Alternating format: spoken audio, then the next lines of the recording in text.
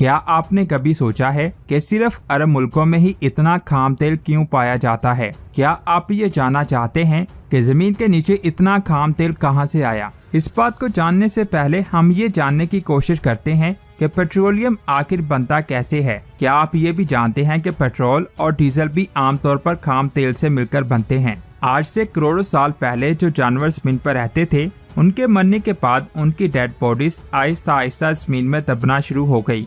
वक्त गुजरने के साथ साथ इन डेड बॉडीज पर जमीन की एक और तह बनती गई। जमीन की इतनी लेयर्स बनने की वजह से डेड बॉडीज पर प्रेशर पड़ता गया, जिससे वो डेड बॉडीज खाम तेल और चारकोल में बदल गई। लेकिन दोस्तों, आप कहीं ये तो नहीं सोच रहे कि उस वक्त तो जमीन पर हर तरफ जानवर थे, तो फिर खाम तेल सिर्फ मिडिल ईस्ट में ही क्यों पाया जाता है? जैसे कि आप जान चुके हैं कि खाम तेल और चारकोल जमीन के अंदर जानवरों की डेड बॉडी से बना है, लेकिन इन दोनों के बनने में भी फर्क है। चारकोल पौधों के बाकियात से बना है जो उस वक्त जमीन के ऊपर थे, और खाम तेल माइक्रो ऑर्गेनिज्म की डेड बॉडी से बना है। मिसाल के तौर पर प्लैंकटन्स और मोसिसिस जो ओशन में पाए जाते हैं, उनसे खाम तेल बना। अब आप ये सोच रहे हों कि अगर खाम तेल समुद्र से निकलता है तो फिर पेट्रोलियम मिडिल ईस्ट ममालिकों में क्यों है? क्योंकि वहाँ ज्यादातर तो रेगिस्तान है। आपको कैसा लगेगा अगर ये कहा जाए कि इन सारे रेगिस्तान पर 100 मिलियन साल पहले समुद्र था?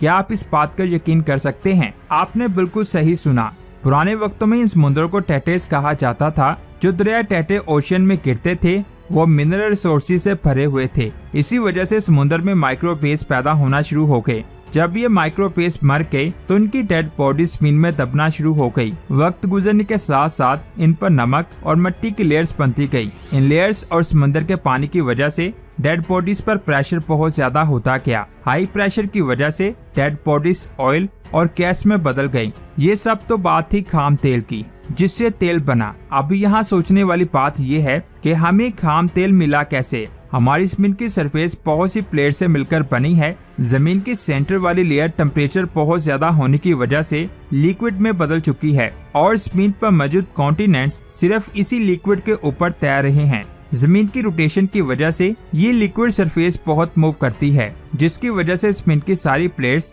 हर साल 1 से 13 सेंटीमीटर तक मूव कर जाती हैं। हालांकि ये स्पीड जमीन के साइज से बहुत कम है, लेकिन फिर भी इतनी स्पीड के साथ दो कॉन्टिनेंट्स में इतना बड़ा जल्जला आ सकता है कि वो आपस में टकरा सकते हैं। 50 मिलियन साल पहले इसी तरह इंडियन प्लेट और रशियन प्लेट एक दूसरे से टकराए थे, जिसके नतीजे में हिमालय के पहाड़ बने। जैसे कि आपको पहले टेटे ओशन का बताया है, यही ओशन उस वक्त इंडियन प्लेट और रशियन प्लेट को आपस में टकराने से पहले उनको एक दूसरे से अलग कर रहा था। टेटेस में इस कॉन्टिनेंट मूवमेंट की वजह से जमीन का बहुत सारा हिस्सा सी लेवल तक ओशन के साथ मिल गया। इसी जगह को आज मिडिल ईस्ट के नाम से जाना जाता है। लैंड सरफेस बनने के साथ साथ समुद्र के अंदर जो खाम तेल और गैस के रिसोर्सेज मौजूद थे, वो भी इसी जगह पर रह गए। यही वजह है कि दुनिया के किसी भी दूसरे मुल्कों की निस्बत मिडिल ईस्ट कंट्रीज में खाम तेल ज्यादा पाया जाता है। मिडिल ईस्ट में मौजूद 10 मुल्क जिनमें खाम तेल बहुत ज्यादा पाया जाता है,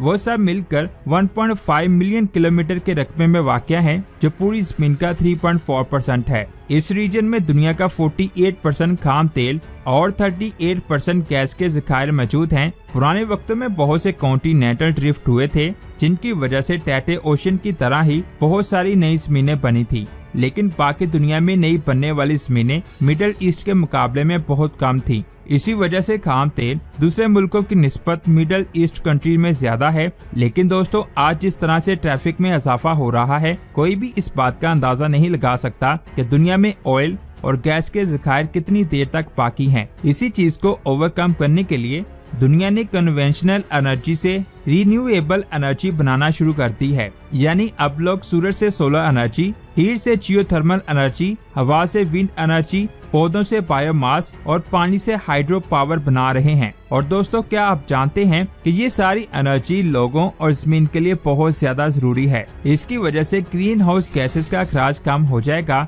जिससे क्लाइमेट बेहतर होगा। क्लाइमेट बेहतर होने की वजह से वाटर पोल्यूशन और एयर पोल्यूशन भी कम होगी, जिसके इंसानी सेहत पर बहुत अच्छे असरात होंगे। आप इसके बारे में क्या सोचते हैं? नीचे कमेंट्स करके जरूर बताएं। वीडियो अच्छी लगे तो लाइक करने के साथ साथ इसे आगे भी शेयर करें। मिलते हैं एक और शानदार वीडियो में। अपना बहुत सारा ख्याल रखें। अल्लाह हाफिज।